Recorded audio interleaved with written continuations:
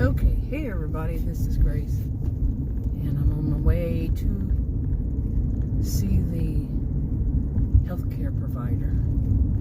You know, Adam, I had asked Adam again about who told him this, and he said it was actually a doctor at the airport. One time he was there, said that, you know, I don't know how they struck up a conversation. But he said that I went to all of these years to become a doctor, you know, to university and all, med school and whatever, and to become a doctor. And now I'm classified as healthcare provider, just like all these nurses and these physician's assistants. They're all classified as the same. I thought, you know, I can understand his frustration, really, you know, because the thing about just understand it, but from another side, to think that I have seen even the MAs, okay, and they're not as, generally speaking, as educated as the others, other than the doctors, and but they think of themselves as that. No, when you go to school like 3 or 4 weeks, but I think that one of them is as little as 4 to 6 weeks, and that's just some instruction on what you can and can't do. You're not really learning too much about medical, okay? But they classify themselves as a healthcare provider. I could so relate, because, you know, my degrees are in psychology and sociology, and in both, if I'm not mistaken, in psychology, definitely they said everybody thinks that they're a psychologist. You know, not everybody. That would be that kind of thinking that usually educated people don't do, but dichotomous thinking. And as far as sociology, yeah, everybody thinks they know everything about society. They know it better. I can definitely relate. And I was a career student over 20 years, taught at college and university, and I'm serious. I run across so many people who insist that they know more. It's amazing. What a way to start off a video, huh? But I'm actually a little bit not well today. My visit, I just had a telemed with her last week, and she insisted I come in this week. Yeah, I mentioned when I first met her earlier this year, first thing she did was cut me off speaking, one of the first things. And no, I don't need any more of those. That means to me, in that field, besides, you know, in my fields, when somebody interrupts you, talks over you, you know, speaks over you, that means my fields. That means they're, generally speaking, not always, but abusive. It's abuse. Their mentality, their personality, whatever you're going to call it, is abusive. Because what are they doing? Are they thinking that their words, you know, are all that matters? If a person's going to a doctor, or going to a doctor's office at least, seen by somebody who's supposed to be a medical, you know, healthcare provider, that's not for them. It's for the patient. It's not for the provider. That's one thing I was taught in all those years I went to university, and it was also for counselors. But they mentioned the side of, you know, the doctors and all, that they must learn that, because some of them do think it's for the provider. And I know mine, you know, I mentioned when I first met her that, you know, I'm going to have somebody. I mean, I'm tired of looking for providers, and all I'm finding, that's me. It's not you. That's me. I'm not saying it's 100% across the board and all that, but most of them are just thinking about money and about themselves, and they don't let me speak. I'm just an object there holding an insurance card. That's how it's made me feel over time. I was shocked. You know, I'm doing all this stuff so I can have health insurance, you know, these doing this food delivery and stuff, which is a lot on me, because of my health conditions. Yeah, vicious cycle. And this is what I'm going to get, is somebody who's just wanting to make money off of it, my card, and not provide health care. Yeah. But anyway, I'm not feeling well because I usually wake up sometime, and I wake up several times in the middle of the night because they had me on 2 diuretics a day, 12 hours apart. But I always wind up at some point staying up for a little while, and I just can't get back to sleep as easily. And anyway, I wake up and all that, and it's kind of, it's kind of bad, especially if I have an appointment or something, because like I really didn't get up. I mean, really didn't go to sleep. Well, anyway, go back to sleep, and it's. I already have this anxiety. They call it white coat syndrome when the blood pressure is high. Well, I have really thought about, why do I have this? One of my sisters told me about it. I said, I've never heard that before. I thought she was joking. I thought her doctor told her was joking. And she told me about it. And she said, no, it's a real thing. I looked it up and it's a real thing. They call it more than one thing, but white coat, something else, I don't know. But yeah, I don't know how many years it's like that. When I go to a doctor's office, it's high, it's real high, and I really started thinking about, why is this? Now, like I said, I'm not a healthcare. I've said this so many times. I'm not a voice of authority on healthcare at all. So I'm not giving anybody advice and anything, and I have a rare health condition. What works for me might not work for everybody else. What works for everybody else, a good chunk of it doesn't work for me. So it's different.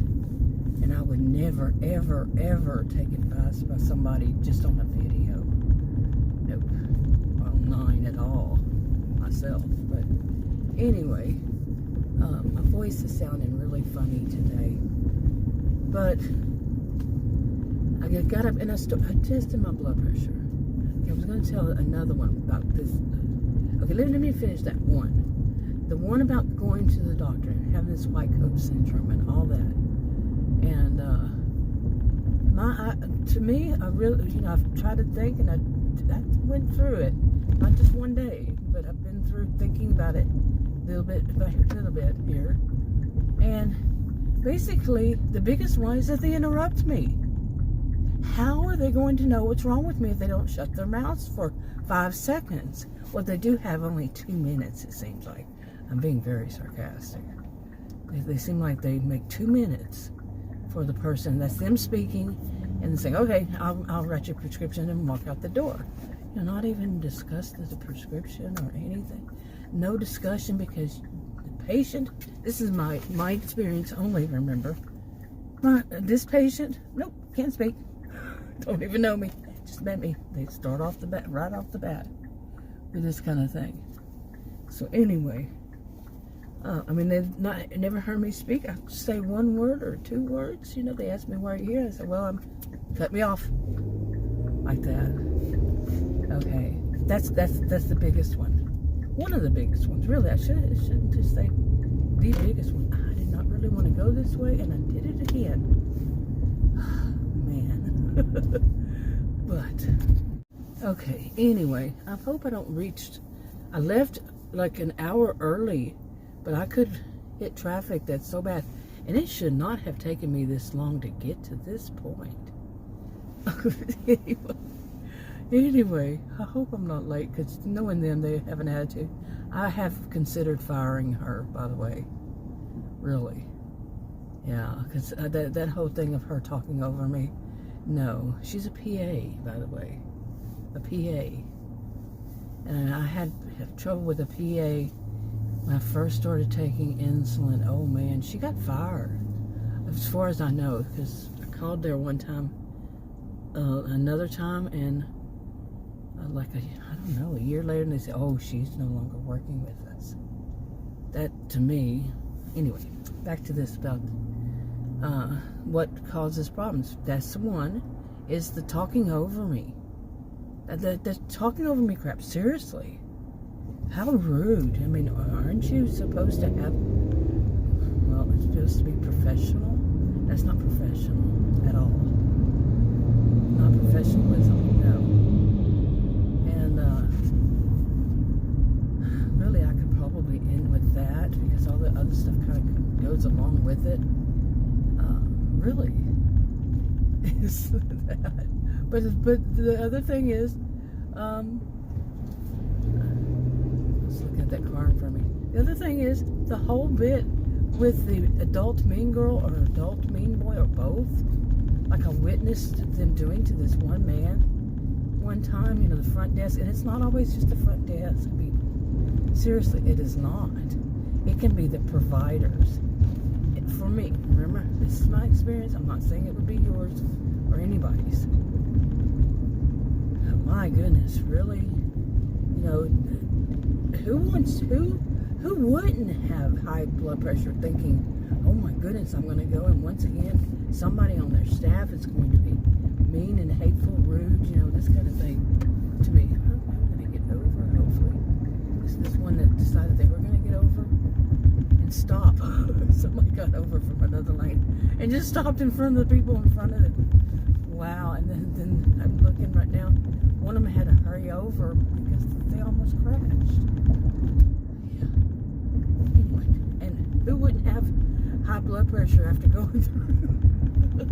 Okay, remember, I'm not a provider. I'm not saying that would happen, really. Either one of them. But any kind of situation. But really, trying to get there. And now there's going to be a truck behind me. That same one that moved over is tailgating me. It has a nice zipping over to the next lane. And he has one of these trailers behind him. Seriously? I don't know if this is a road or not. My gosh, man. Are you higher than a kite or what? Look at how fast. Anyway, this is the road. But the road I wanted to take was the one before. It's easy. It's not all this kind of crazy traffic. By the way, I'm doing this to see if it lowers my blood pressure. It's kind of, well, I always do rambling videos. As I said, I use my videos as rant videos. You know, pressure release valve, venting.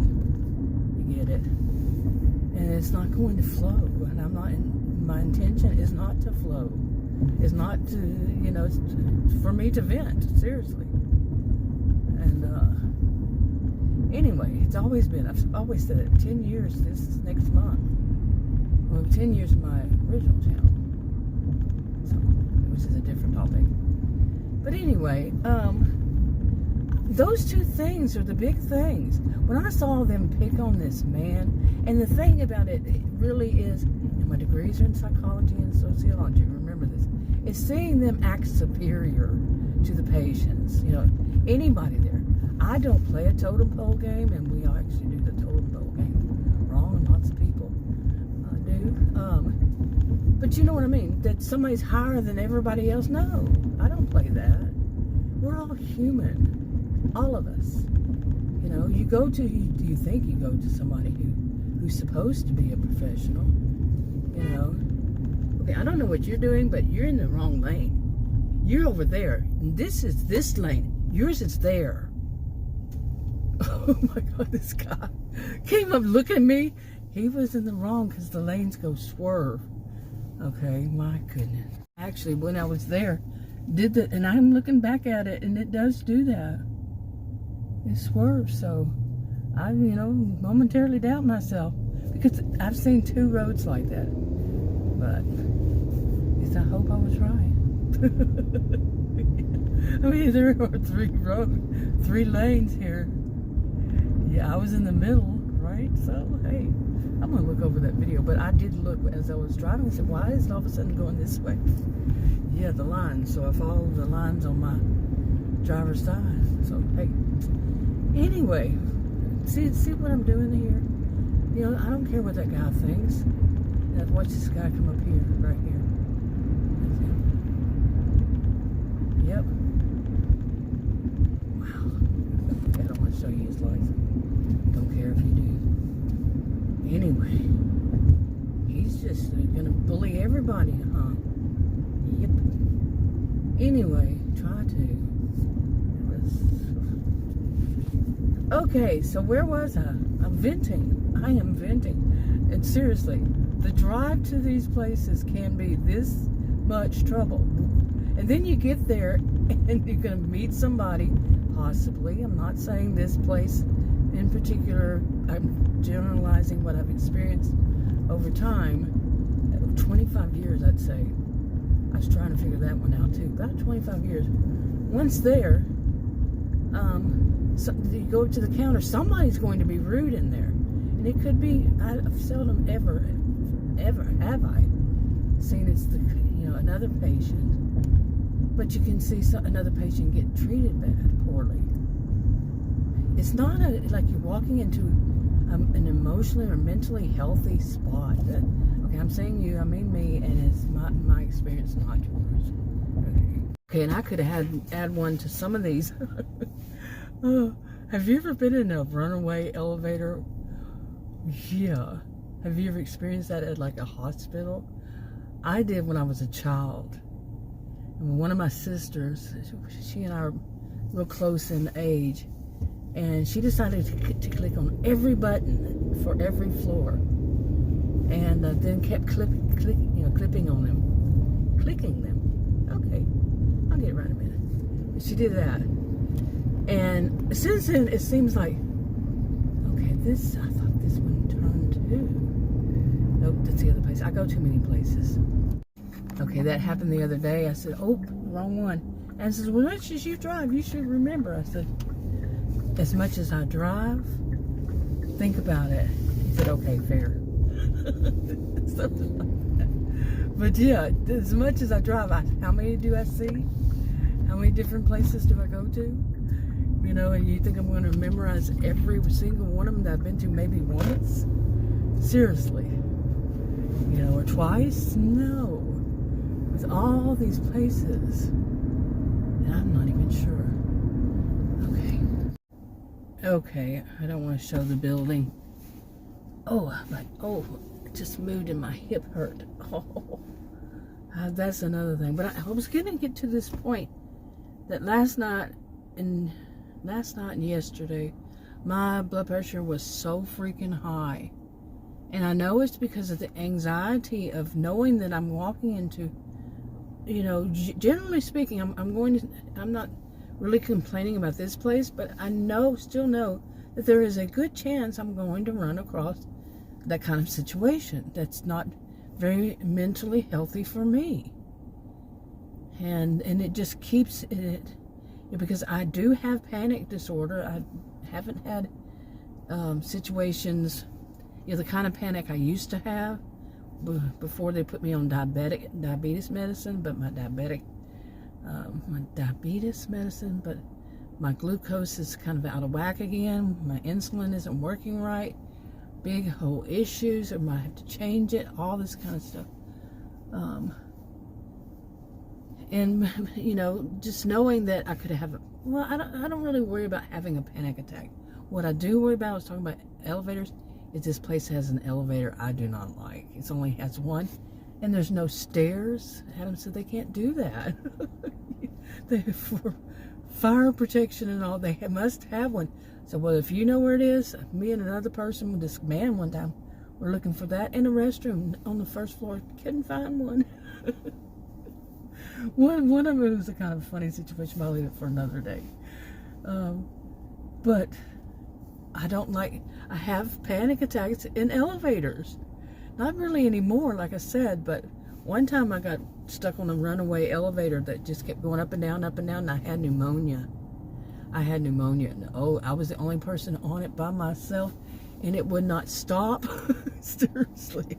And then it'd go up to the fourth floor. The building was only 4 floors, luckily, and it'd get up to the 4th floor, and it'd jump down, boom, boom, boom, like that. And, I was an adult then. Yeah, I was probably in my 30s. And I just have this kind of bad luck with the elevators. I don't believe in luck, I really don't. But what else am I going to call it, But anyway, there's this, and then I'm going to go in there. And another thing was that of being chastised. infantilized, treated like, a child. This happens, especially the older, I need to find some research on that, but I've heard of it. I don't want to say it, but, like a voice of authority, I'm not, but as the older you get, the worse they treat you, they treat you more infantilized. Well, I do in a way, but that was in another thing, I've heard it before, and they taught us, don't do that. But treating, people who are older, I'm 61, as like a child, and chastise any age. Okay, I mentioned in videos before about this one nurse I saw. She was my age at this one clinic, and I told her, I said, well, I take my, the short version, I take my glucose in the morning when I wake up. Well, you need to make sure you take it at the same time every day. Well, to do it at first thing in the morning at this time, something like this. And she just kept trying, digging. Oh, I hit that thing. Digging and digging and digging to try to find something to complain about. I'm serious. It's kind of like one of these food delivery apps that it just keeps digging until it finds something to complain about. Shoot. I have to put my shoes on because my shoes work as tourniquets because of my edema and socks. I can't wear them anymore at all. But anyway, but knowing that also that this one wants me to keep a log. Yeah, I brought it, and the other one wanted me to keep a journal, and then I've been doing that for I don't know. Yeah. But they want to grade it. They don't say they're going to grade it, but they're going to complain. Somehow, some way, it's going to be all my fault.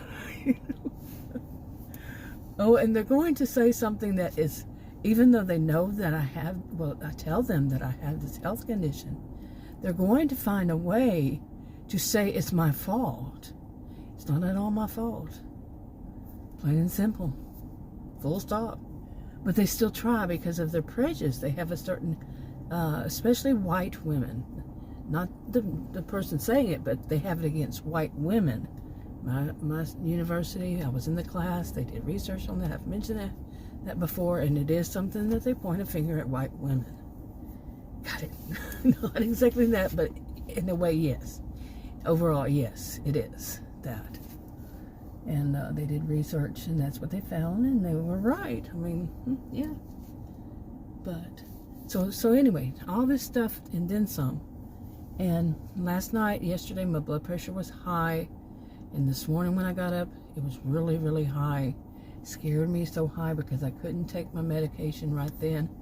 And I had, it was like an hour.